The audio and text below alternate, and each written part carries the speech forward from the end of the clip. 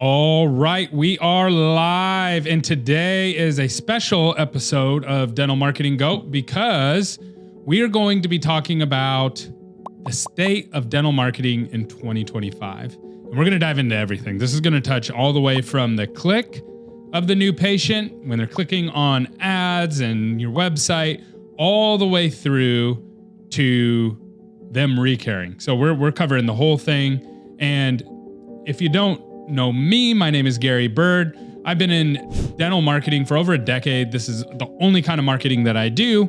And I think I know this pretty well. I've worked with thousands of offices.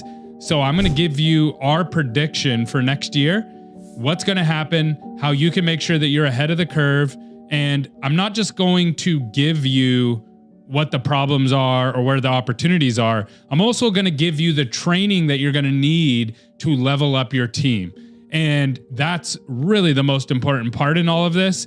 And inside of this report, we're going to be discussing exactly what next year is going to look like, all the resources on how to help your team and how to level up.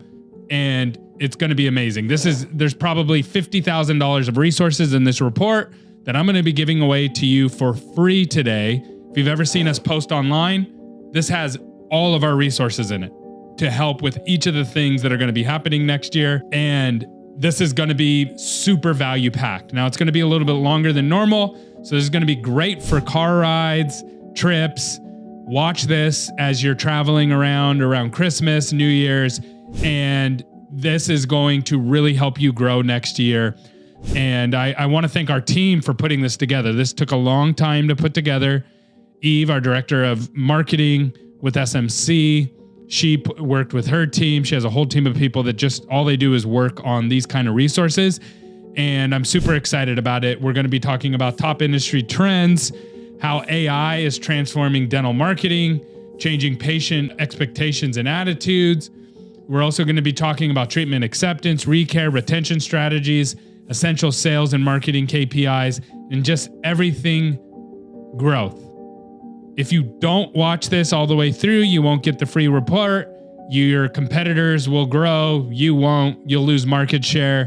DSOs will continue to crush you, and you'll just be left scratching your head. Why am I always one step behind? Even though that you are the best dentist, the best clinician, maybe you even have the best team. None of that matters if you don't have new patients coming in and you can't compete in the market. So tune in, get ready. We're going to blast off. Welcome back to another episode. My name's Gary Bird. I'm the owner of SMC, and we are a growth partner that's going to help you grow in 2025. We help level the playing field against the big guys out there so you can grow the way that you want. But you can't grow if you don't know what's coming down the pipeline. Now, I'm going to start by saying this. I am super bullish on 2025. It seemed like after the election, just something changed. Something happened where everybody's attitude just switched. And I don't know if you felt it or not, but the markets definitely did.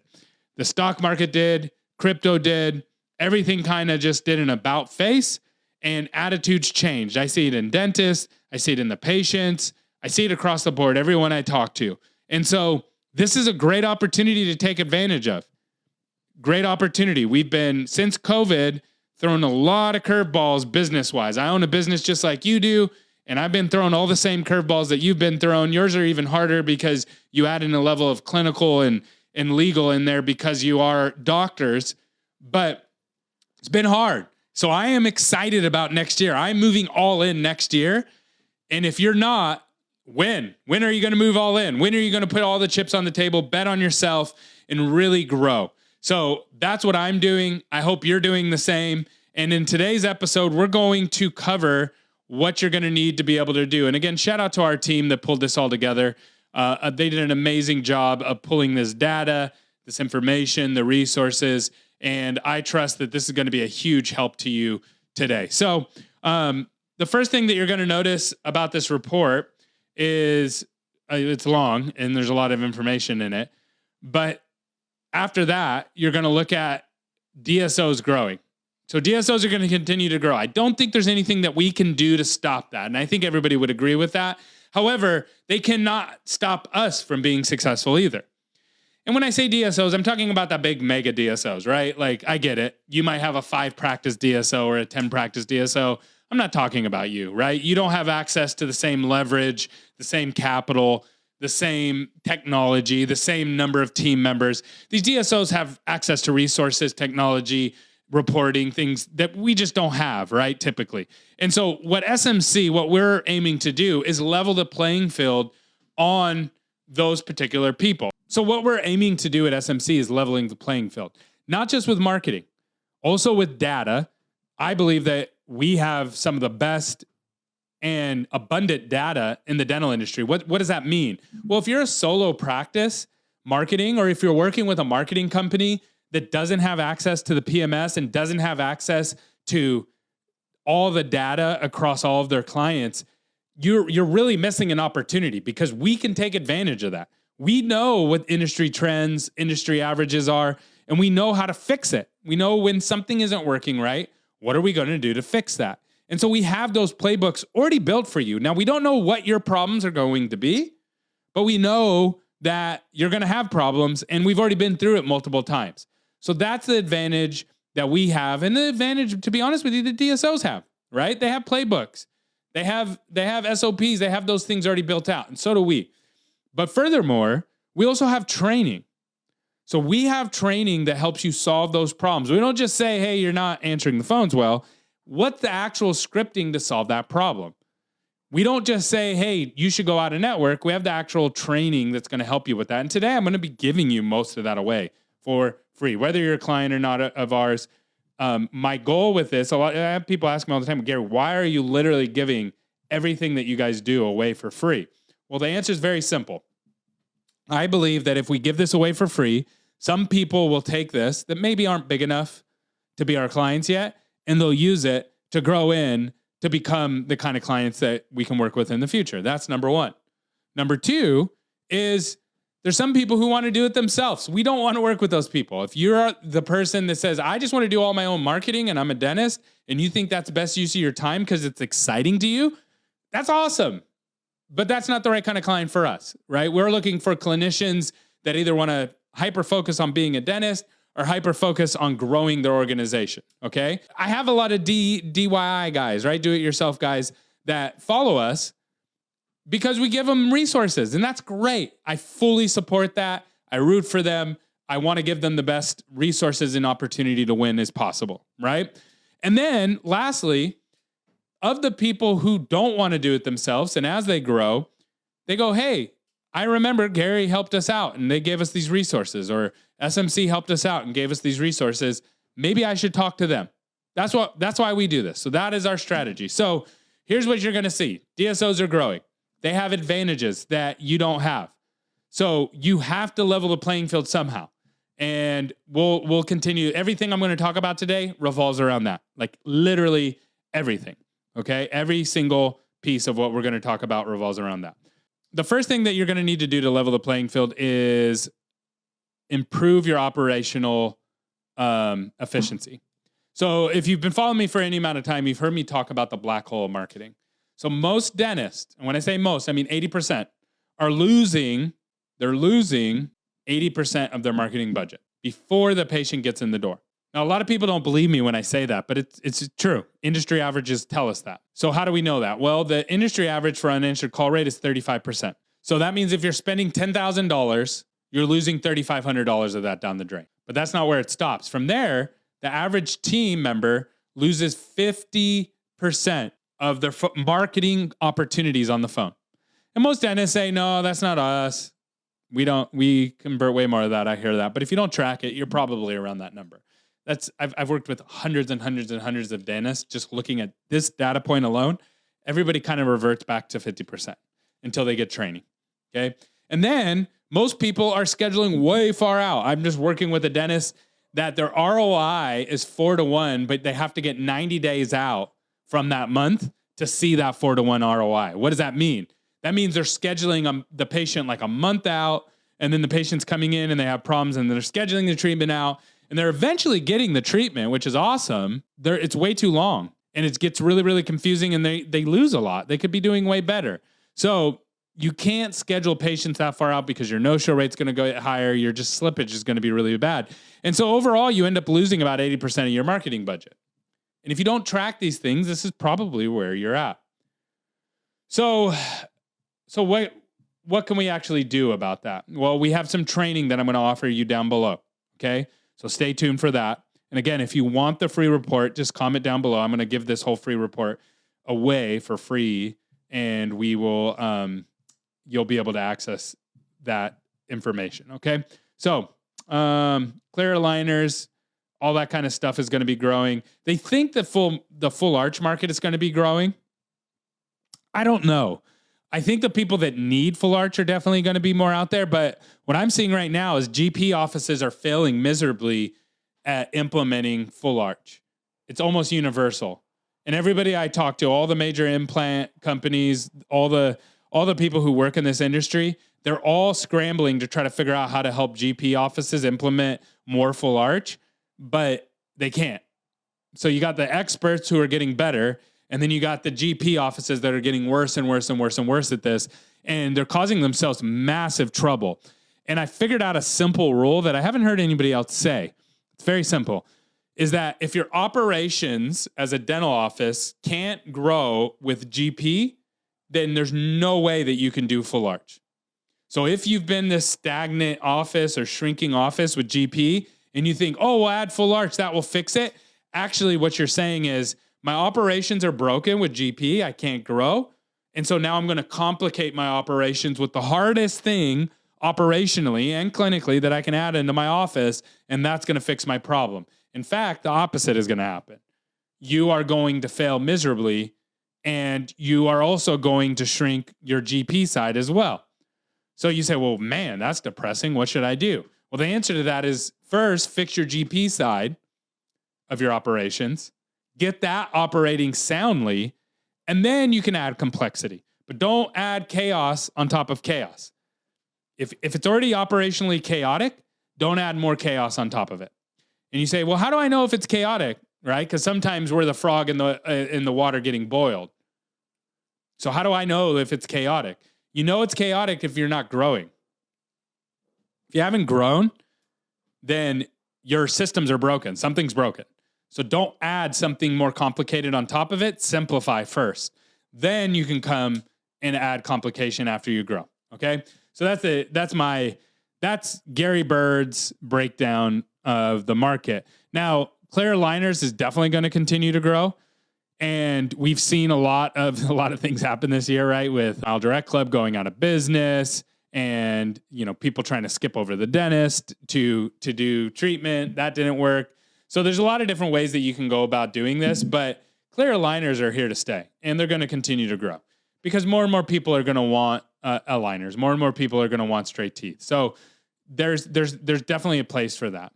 The other thing that we're seeing is more and more people want to go out of network, just don't know how to do it.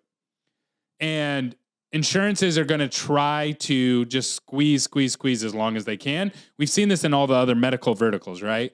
We've seen what insurances have done to optometry and to optometrists. We've seen what they've done to just our overall healthcare, which is just absolutely broken. And we're seeing the same thing happen in dental. So what are we going to do? Well, the answer is you can still win, but you have to learn how to go out of network. Now, it's not for everybody. Now, this course that I'm about to tell you about, I didn't get to finish it. I didn't finish it in time for this report. We worked super hard to get it done, but it's not done yet. But I will have it done soon. So it's not in this report, but if you follow me on social media, Facebook, whatever, just DM me and say, hey, Gary, I want that out of network training when it's done, and I will tell you where I'm going to drop it. And more than likely, it's going to be free. So, or at least free for a short time. So we have that. So that is really, really important. So what is that course actually going to go over? Most patients have insurances. If you are really going to go out of network, you have to do a couple things. One, you have to train your team differently. Most offices do not have their team trained properly for this. I was just talking to a dentist in DMs yesterday. They're getting 5 new patients a month, and they can't figure out how to attract new patients because they're out of network. So they've set all these landmines for themselves to fail, and they don't even know it. And this happens on the phone. This happens how you schedule. This happens how you communicate with the patients. If a patient calls in and says, hey, I would like to come in, and do you accept my insurance? And your first answer is like, we don't work with any insurances. That's not exactly warm and welcoming, right? That you're not going to grow that way. You're not going to attract people that way. There's a lot of nuance to how we communicate because insurance is super confusing. And the other thing is that if you're a true fee-for-service office, marketing is super duper hard, almost impossible. And what I mean by that is if you're a true fee-for-service office is we do not bill to insurances. We do not communicate with insurances. We just work with our patients. And you worry about that. That is really hard to market. It's a hard pill to swallow for people. Can it be done? Yes, but it's a super small percentage of dental offices. Okay, so what most dental offices do that are fee for service, they help their patients get their benefits to maximize them as best of their ability, right? And that's what's going to need to happen if you really want to go out of network. Now, the other thing is you have to not only have the team training, not only know how to communicate about it and help the patients, but you also have to be able to target the right areas. So let's just be honest. Fee for service only works to people who have money to afford treatment. And so there's a couple different components around that. First, membership plans are huge. And I'm going to talk about that for a moment. Membership plans, anybody who comes into your office that doesn't have an insurance plan should be joining a membership plan. And the goal, I know everybody presents this in different ways, right? My membership plan, make money, The goal of your membership plan should really just be to get people into the membership plan, not to make money off the membership plan. So it's like, imagine if I have phone coaching, right? And again, just as a reminder, if you want all these resources, the phone training and the going on a network and all that kind of stuff, just comment below. But just think of it this way. If I have the phone training and I go, man, I have this phone training. I could charge $1,000 for each person to go off of it. I'm going to make all this money. It's true. I can make some money from it, but I would actually make more money by giving it away for free, helping people learn how to answer their phones, and then they come to work with me for the main thing that I want to sell. You are not in a membership business. Now, that doesn't mean you can't turn it into a business. Some people figure it out, and that's great. But you are in the dental business.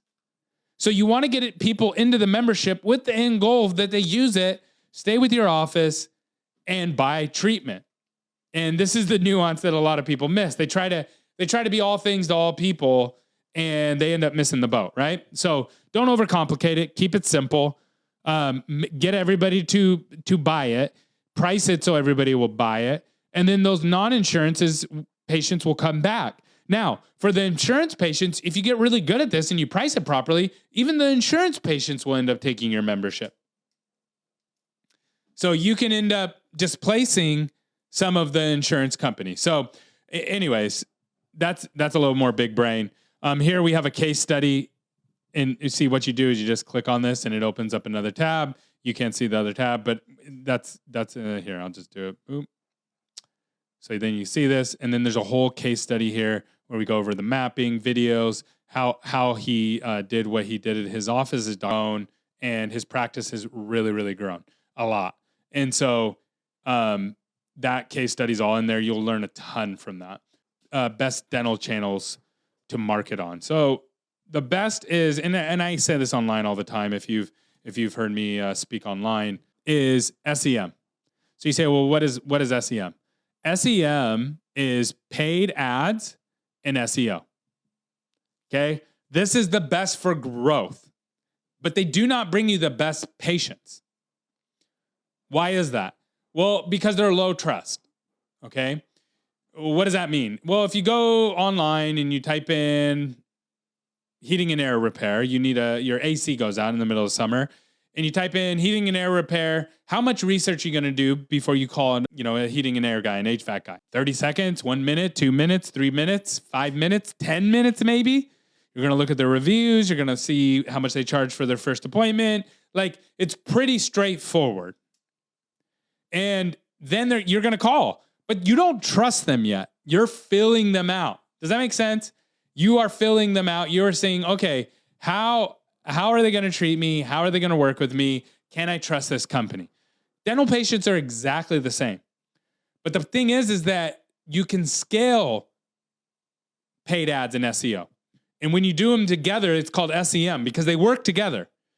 A lot of people think, oh, if I just get SEO, that will save me a bunch of money. Possibly, but you can also lose a lot of money with SEO, right? If you don't rank quickly or Google changes their algorithm, right?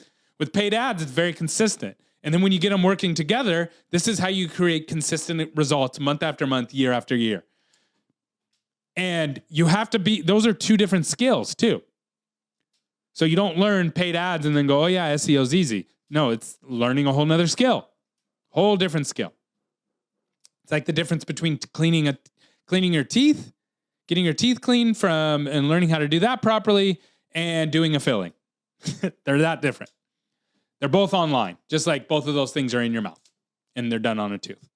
So that's the number one thing for growth. But what's the number one thing for quality? Well, that's patient referrals. Why is that the best quality? Well, that's the best quality because you are working with people who've been referred to you. Patient referrals, doctor referrals. So the trust has already been built. Now, here's where the real magic happens. If you can learn how to turn your SEM patients, your search engine marketing patients, paid ads and SEO, if you can take money, put $5,000 a month into that, and then turn that into 20 patients every month, and from those 20 patients, they all buy treatment, and then they each refer you somebody over the next 3 months. Now you're cooking with gas. You're cooking with gas. You're really growing. And that's amazing when that happens. It's an amazing feeling. A lot of dentists don't get there because they can't get over they have to get the trust from the patients. Here's what they end up saying. I just want quality patients. What you're saying is I want quality level patient referrals. I want them to trust me like that. But no marketing can create that. That only happens in your office with an amazing experience. So if you're missing 35% of your calls, and then your team's only converting half of those people that you do answer the phones on, and then 25% of those don't show up, you don't end up with enough people to actually work through, and then you never grow. It's that simple. So these are the three main channels. Now, social media I'm not talking about paid ads on social media. I'm talking about just building a following. That can work, especially around cosmetic, but it's a lot of work. You got to love doing it. The dentists that do well, this is the secret. I know you look at dentists and you go, they got 100,000 followers. They post like 10 times a day. Like, what are they doing? I've tried everything. I've tried hiring people. You can hire people. You can hire coaches. You can do all that kind of stuff, and it will help. But at the end of the day, if you don't love getting online every single day in and day out, and showing up and talking to strangers, then you will not be successful with it. A lot of people tell me, Gary, how are you everywhere all the time online? It's because I'm all the time online. It's because I'm on Facebook all the time. And that is like one of my main jobs is to be on Facebook all the time, creating daily content. I do daily podcasts, lives. I do a comment constantly. I do like 700 comments just in one Facebook group every single month. And then I do another 700 in another group with different content. I post 1 to 2 times a day in multiple different groups with different content. So I'm posting like 6, 7 times a day. Plus my company creates content on top of that. So this is what I do. If you say, well, I want that, that's the kind of energy that you're going to have to match with, because that's what you're competing against. You're competing now for attention. And so you got to love it. If you don't love it, you won't do it, and then it won't work, okay? But it does work. It's just a lot of work. Now, the other thing is mailers. Now, a lot of times people go, do mailers work? That's a loaded question. Does flossing work? Well, yeah, flossing works if you do it at the right times and you do it consistently, right? Postcards, same thing. Do they work? Well, yeah, they can work if You are sending them to areas where other people aren't sending postcards. I'm going to make this really simple because you get postcards in your mail. Okay. So let's pretend that you need a chiropractor. Like, man, my back's been hurting. I need to go to a chiropractor. And in a week span, you get 20 chiropractor postcards. Well, you can only choose one at the end of the day. So what's happening is you might have 100 people in that market out of, the 10,000 that are receiving those postcards. Maybe there's 100 people who at that moment need a chiropractor. And so they end up picking one. So you have those 20 chiropractors are splitting that pie of 100 people who are interested in that moment. Right? Does that make sense? That's it. And so they're going to send them out and they're going to be like, oh, I only got 2. I don't get good ROI. The postcards didn't work. No, the postcards worked. You're just splitting a pie. Now, in the same exact scenario, but only one dentist is sending postcards, they get all 100 patients that are looking at that moment. And you get one postcard, you're like, oh, cool. I've been looking for them. They got a free consultation. I'm going to give them a call. Then it works. And you go, this is amazing. It's the best ROI I've ever had. And then all of a sudden it stops working. Why? Why did it stop working? It was working. I got 100 new patients last month. And then this month I got 0. Well, what did dentists do? Dentists copy each other, right? You know this. I know you know this because I know you've either copied someone in your local market or someone's copied you and you've noticed. You changed some verbiage on your website and then everybody else did the same thing. So what happened? Well, everybody else started sending postcards because you sent postcards. So you have to learn how to deliver postcards when nobody else is delivering them and then stop sending them when everybody else starts sending them. It's tricky. The best people at this are the people who live in their own market and are getting all the postcards. And you start to figure out the seasonality of the other dentist and who they're copying and who they're following. And then you start to try to beat them and time it. That's postcards work like gangbusters if you do that. Okay. You say, Gary, do you solve that for people? Absolutely not. Not smart enough to do that. I'm not in your market. I don't think anybody can do it besides the people who live in that market. Okay. And then there's television. Television works great for larger treatments because the ROI is there. Or if you own a bunch of locations, if you own 20 locations with the same name, which most people don't have that. So television doesn't really work for GP at scale. Okay. All right. So now let's talk about a CRM. So everybody in business, name me a business, and I can almost guarantee you that they use a CRM. Almost every dental vendor uses a CRM. What is it? It's not a PMS. It's a client relationship management tool. Now, I know right off the bat, I lost you at client. You go, well, we're dentists, so we get patients, not clients. I get it. So we're going to call it a PRM, okay? Patient relationship management tool. That's it. Now, you say, well, why can't my PMS do this? A PMS only registers a patient once they become a patient, right? So what happens to the patient once they come in the office? They schedule the appointment, they come in, then that's all registered in there. And it's really registered from a clinical perspective, not from a patient journeys perspective. Follow? So what a CRM does, or a PRM, patient relationship management tool, does is it visualizes the patient journey starting all the way from the click. So it shows you like, hey, here's your marketing spend. Here's how many people are leads. Here's how many are qualified leads. Here's how many are scheduled an appointment. Here's how many of them walked into your office. Here's how much treatment was bought from that from one marketing campaign. It's extremely powerful. There's a reason every business uses them. And so what that does is it lays on top of your PMS and it extracts information from your PMS. So it's not like, oh, it's going to replace the PMS. It doesn't do that.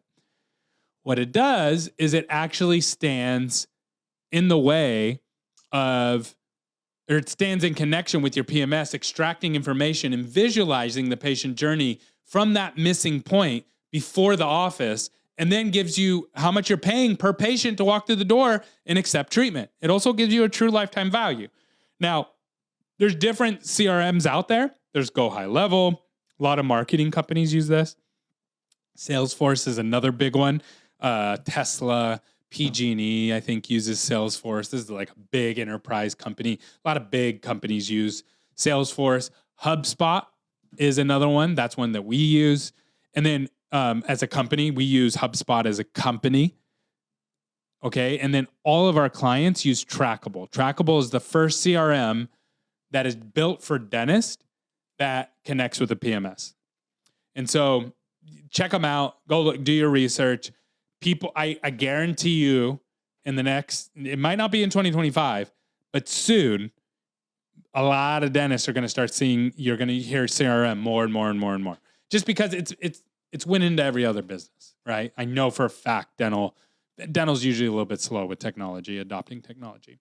Okay, so let's talk a little bit about automation for your appointment and confirmation reminder. So I just was working with a office, and they were like, man, I'm paying all this money and I'm not getting new patients in the door. And so we dove in and we explained to them that their high no-show rate, they had a 50% no-show rate, which is crazy high, right? They're like, oh, bad quality. That first, and I understand, that's where my brain went too. Bad quality patients. We're not sending you the right kind of patients. But then I started to do a little more digging, and the patient referrals are no-showing at 50% as well.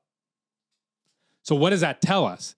That tells us that the problem is systemic, meaning the system is the problem. Because patient referrals shouldn't ever show up at 50%, right? They should be showing up at 100% almost across the board. What that means is our reminder system is broken. You have to look at your data this way. Now, a CRM actually helps you do that. How was I able to figure all that out and segment marketing from patient referrals? Well, it's because we have access to a CRM and Trackable. Okay, so that's all in the report. We talk about that. Also using AI. Okay, AI is amazing to save you time, especially around building scripting and things like that. So I'm going to give you a little hack here. Okay, if you use ChatGPT, you can simply go into it and you can hit the recorded voice function, and you can record yourself doing a treatment plan. So let's say that you're a doctor or a treatment coordinator and you are the best. Like, your scripting for presenting treatment is amazing. So what you do is you go into ChatGPT on your phone and you say, hey, I am a dentist and I'm really good at treatment coordinating. I want you to help me build scripting. I'm going to record me selling treatment or presenting treatment, and I want you to build scripting and SOPs for me. And it's going to say, okay, great. And then you hit record, and then you walk into the appointment and you do that. And then it's going to create everything for you. And then you give that to your team and say, here's the scripting I want you to follow. Because I know how daunting it is. I hate making scripting and those kind of things. So you know what I do? I record my meetings. I record my meetings with dentists and with people that I'm meeting with. And then I take that recording and I load it into ChatGPT. And then I have it create all the scripting and the trainings and the SOPs and all those kind of things. It basically allows you the ability to duplicate anybody in your office, whether it's front desk, whether it's treatment coordinator, the hygienist, the doctor, whoever it is, even the person collecting the money, whatever it is. Take the best person in your office, even if it's you. Maybe you're really good at it. Record you doing it and then build out your scripting that way. It saves you a boatload of time. If you're not using that, you are wasting time. So this page, I'm just going to open it and read it to you, okay? Because I can get it to center. So this page has phone coaching. It has how to generate more patient referrals, how to set KPIs. It also has customer service and internal marketing, building operational systems, treatment presentation, 9 revenue generating hacks. And it also is going to have very, very soon the treatment, how to go out and network. So these all normally cost money. And so we're giving those away for free for you all in here. You can access all of them. You got to download the report. You click here and it gives you free access. We also have a Smile Makeover course on there from Dr. Jacob Berger. He's amazing at Smile Makeovers and turning his existing patient base into patient Smile Makeovers, and does several of them every single month. And that course costs a little bit. And then we also have Stacy, who does a treatment coordinating course on Full Arch, and she's a sales coordinator and does big numbers. She put the whole thing together. Those two cost a little bit of money. They're not free, but definitely helpful to your practice. So you can check those out. Definitely check out the free ones at the bare minimum, and then also give them to your team. So that would be my recommendation to you. All right, so now let's talk about changing patient expectations and attitudes, streamlining your patient journey. So 67% of patients prefer to book appointments online. So why don't you have an online scheduler yet? Okay, save time by sending the patient the paperwork beforehand, or just having it on your website that they can just fill out that automatically integrates with your PMS. There's really no reason not to be doing it that way. If you don't accept insurance, do everything that you can to help them get reimbursement. That's going to endear the patient to you, and they're going to keep coming back to your office. And then help your patients apply for financing during treatment presentation. It's a big one. Here's what's, and I'm going to talk, actually, I'm not even going to talk about that right now. You have to streamline this stuff, and you have to automate this stuff. You just have to. If you're not, you're going to lose out. It creates a bumpy journey. Patients hate it, and they don't come back. So what my recommendation would be, go through the journey yourself. What does it feel like to be a patient in your office, starting from scratch? And call your office, schedule an appointment, come in, try to get an appointment time that you want, right? Like all of the above. Then come in and how did they present it, et cetera, et cetera, et cetera. Or have somebody from your family secret shop. That might even be better. Have somebody from your family secret shop you, or hire a secret shopping company. There are companies out there that will secret shop you. All right, Google reviews. I just did a bunch of podcasts on these. Actually, two really popular 500, 600 views on YouTube of Google reviews.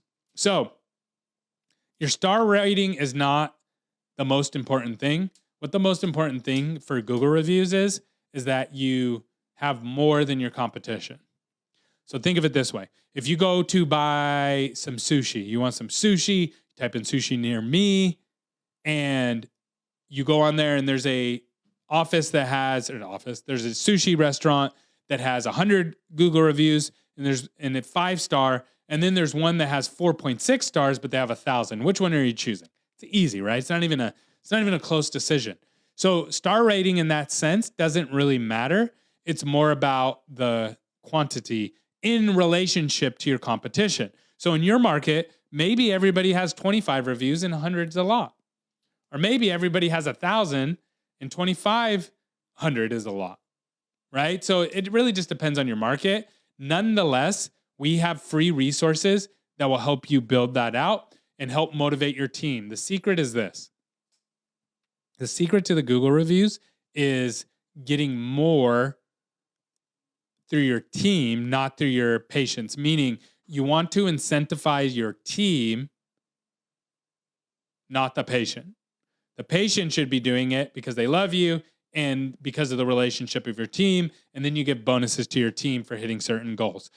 If this is done properly, you should be able to double your patient reviews every year for a while. And then once you get to a pretty big number, it gets hard to double, but you keep growing them, okay? The other thing is that you want to make sure that your top reviews are showing up at the top. So the really good Google reviews show up at the top. Why?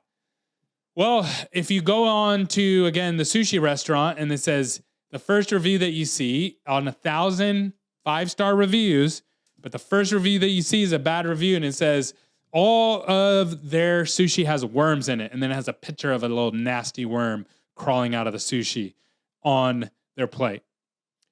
That's going to change your mind pretty quickly about going to that restaurant, right?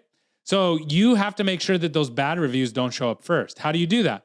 Well, on your Google My Business, Google reviews actually show up by relevance, not by date. So what does that mean? So just because someone leaves a review today doesn't mean it's showing up first when people show up to your Google My Business. What's going to show up first is what's most relevant. Well, how do they decide what's most relevant? That's easy. What gets the most interaction? So all you have to do is find your best reviews. Typically, these are going to be the reviews that talk about your team specifically, and or talk about a treatment specifically and how awesome you guys are and how you took care of them. Okay. And so those reviews, go find 5 of those. And then what you want to do is thumbs them up. And then what you want to do is tell your team or your family, same thing. Now try not to do it on the same IP. I don't have proof that'll hurt you if they're all in the same IP. It just scares me. So buyer beware, okay? It scares me. I wouldn't do them from the same IP, meaning I wouldn't have everybody in the dental office doing them at the same time. I would say, go home. When you get home, then do it, because now they're on a separate IP address. And same thing in your house. Don't have your wife do it in the house. Have her go outside with her cell phone, turn off her Wi-Fi, and she doesn't have to go outside. Just turn off her Wi-Fi, and then that's going to come up from a different IP when she does it. And same with your kids. So everybody thumbs up it, right? That's the first thing. So now you've gotten 5 to 10 thumbs up. Now it's the most relevant comment by far. And those are going to show up first. Then if you want to really make them relevant, because maybe you have a bad review that has 10 thumbs up on it that people interacted with, then what you can do is respond with pictures as the office. So if someone says, I really love Susan, she's the best hygienist ever, then what you do is you post a picture of the hygienist. You don't have to put the picture of the patient, right? Because of HIPAA and all that stuff. But just a picture of your hygienist and just say, she said thanks. She loves you too. She loves all of her patients, blah, blah, blah. Okay, that's how you make sure your good reviews are showing up first. We got a section on here on social proof. Here, this is a great case study. I'm not going to click on it. Videos, charts, data, how they grew to 13 locations. Jeff is an amazing marketer. He came into the dental industry he was a marketer, but not a dental marketer. We've worked closely with him. They've done a great job of scaling and growing. And I think they've doubled their new patients at this point. Might be wrong on that. Dig into that and you'll get how they did all of that. Okay. Treatment acceptance retention strategies. Okay. Above, I have a whole chart here.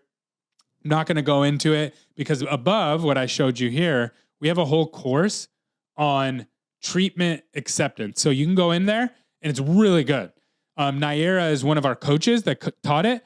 But at the time of her teaching this, she was actually a treatment coordinator at a very successful office doing full arch, smile makeovers, and GP. She was doing all the treatment coordinator for that. So she has a lot of experience, closes a lot of big cases, really understands it, and it's very, very thorough. And there's a test at the end. So what I would recommend doing is you taking that course first as the doctor, understanding it, understanding the principles, passing the test, then giving it to your treatment coordinator and say, hey, let me know when you pass it and what your score is on the test.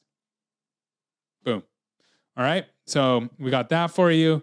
Offering financial options. We already talked about this. You really got to do this. Now, here's where this comes in. Most dentists are cheap. I get it. They think about their bottom line more than their top line. What does that mean? They'd rather save $1 than make another $1, right? So I get the attitude of I don't want to offer treatment patient financing to everybody because it costs me a lot of money. I totally get that. However, the problem with that is that you end up setting the patients. You end up saving the patients rather than setting. So what do I mean by that? So when a patient comes in and they're ready to accept treatment and you've already told your team, hey team, try not to use patient financing unless you really have to. Here's how your team hears that. Hey, Mr. Patient, so you got $5,000 of treatment that needs to be done, and here you go. And the patient says, all right, I'm going to go home and think about it. Well, we could offer you patient finance. It's too late. It comes off very car salesman-y. It gives serious car sales. Okay? Don't do that. You can't do that. Why?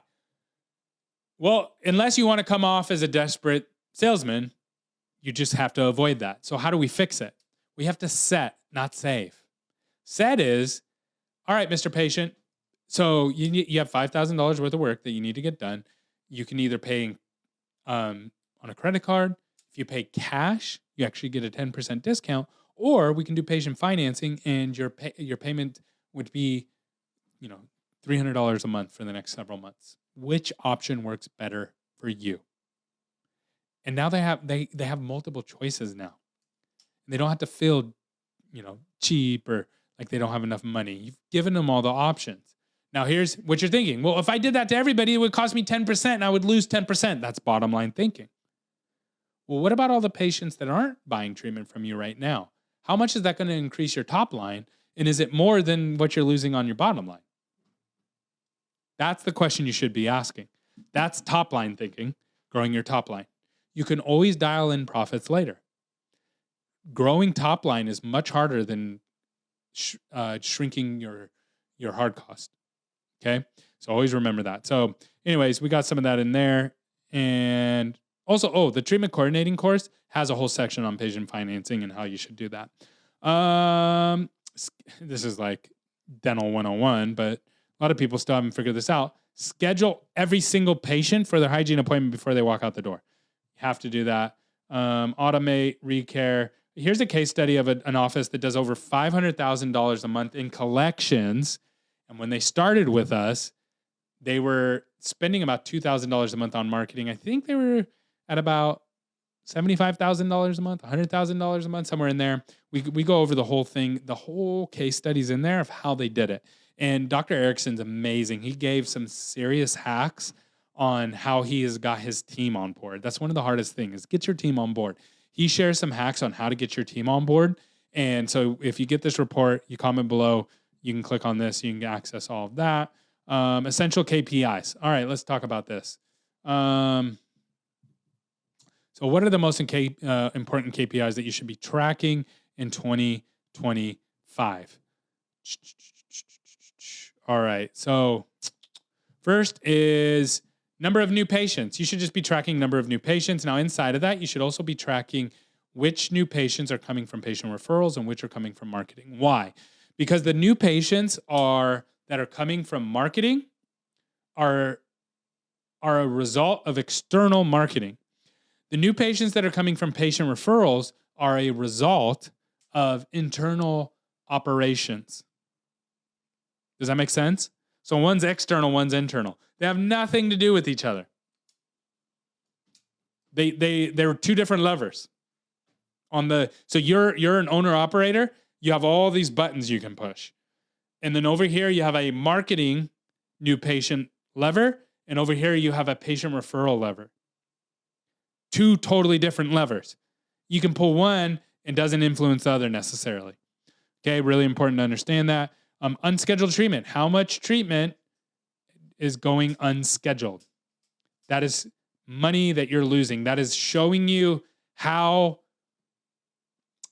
inefficient and how much patients either like you or dislike you. Okay? If this number's high, if you have a lot of unscheduled treatment, that means a lot of patients don't like you. And then we try to solve that with more new patients. Listen, I'm a marketing guy. I would love you just to buy more new patients from me, but I don't want you just spinning your wheel and spinning patients out, because it's not good for the patient. Then it's not good for you, and it's not good for me. Okay? There is a world where everybody wins. What is good for the patient is good for you, is good for me. So what is good for the patient? That they end up just doing the treatment with you. And if they don't do the treatment with you, that means you didn't articulate clearly to them why they need the treatment. You didn't take the time to explain it to them. You didn't give them the resources to be able to do that. Right? And I get it. If you're not in Medicaid office and you have Medicaid patients coming in, then that's wrong patient. But if you're getting the right patients from the right areas and they're still not buying treatment, that's a you problem. That's your team problem. That's a treatment presentation problem. Okay? Or patient journey problem, or not having patient financing problem. So we have training on that above. I already showed it to you. Total number of patients is a really good number. Missed call rate, you want to get that down to 5%. Most offices, the average office is at 35%. Call conversion rate, you want to get that up into the 70, 80. I've even seen offices get it up into 90% of their qualified leads, their scheduling. And that I get it. Like, again, if you get Medicaid calls and you can't take Medicaid calls, or Medicaid patients, then that's not going to work. Average call duration, how long are people spending on the phones, especially with new patients. You don't want it too long, and you also don't want it too short. 3 minutes, 5 minutes. Treatment acceptance rate, 50%. Cost per lead, especially cost per qualified lead. Those are two different things. Marketing has two different definitions of those. So make sure that you understand the difference between a lead and a qualified lead. A lead is somebody who's interested in your services. And I'll use the Medicaid again. Maybe you're a dental office, but you don't accept Medicaid. That is not a qualified lead. There's no way that they're going to be able to come in and accept treatment at your office because they're just solely focused on their Medicaid. HMO patients are the same way. So what is a qualified lead? A qualified lead is somebody who's in your area who can accept treatment from you, who has a high likelihood of coming in and accepting that treatment, right? Okay, so want to know what your cost per qualified lead. It's different in every region. Cost per acquisition, this is how much it is to drive that patient through the door. A cost per appointment, that's how much it is scheduled. Those should be in the opposite order. Number of positive reviews, you should be always tracking this and always increasing it. Net Promoter Score is really, really cool and a great thing that you should track. And it's super easy to do. If you don't have time, if you don't know what that is, just Google search it. Retention rate, what percentage of your patients are actually staying with you and wanting to come back to your office? Okay, important that you track that. All right, that's all I got from you. Hopefully this was valuable to you. If you like all these free resources, just comment below. And these are the things that you need to do to grow next year. So good luck to you. And thanks for tuning in.